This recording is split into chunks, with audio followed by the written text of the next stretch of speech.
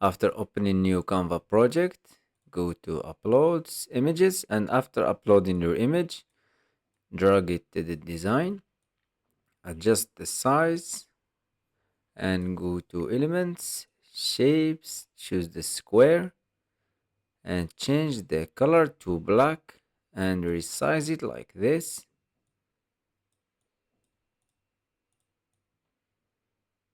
And duplicate 2 times.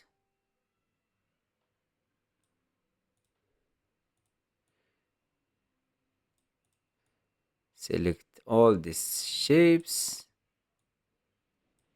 and rotate. Place it like this. And let's just delete this image and keep these shapes and download as PNG. Select all, delete, and upload the image. And let's drag the same image that we use. Go to apps and type blend image. Choose this one. Click on this one first. Use it in top layer. Click in this one. Use it in bottom layer.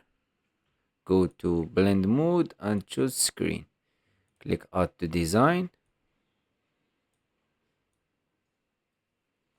Adjust the size.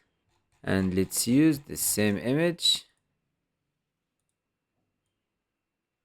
Adjust the size to cover all the page. Remove the background.